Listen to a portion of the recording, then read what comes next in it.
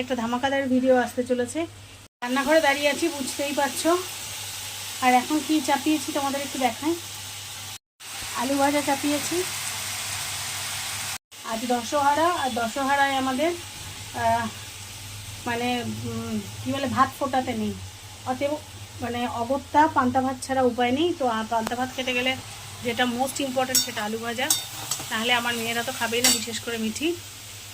তো সেটা করতে করতেই তোমাদের সাথে যেটা বলতে এলাম, যে সকাল থেকে আজকে বেশ কিছু কাজ করেছি, যার জন্য ভিডিও এডিট কমপ্লিট হয়ে ওঠেনি।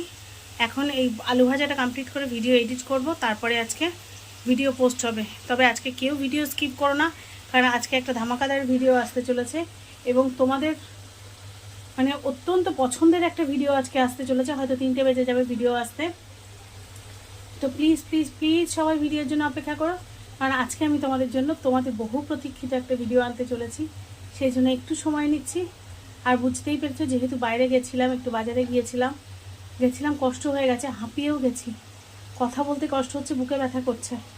তবুও ভাবলাম যে না, এত প্রতীক্ষিত ভিডিওটা লেট করে লাভ নেই। তোমরা যেটার জন্য অপেক্ষা করছো সেটা আমার দেওয়া এক্ষুনি উচিত।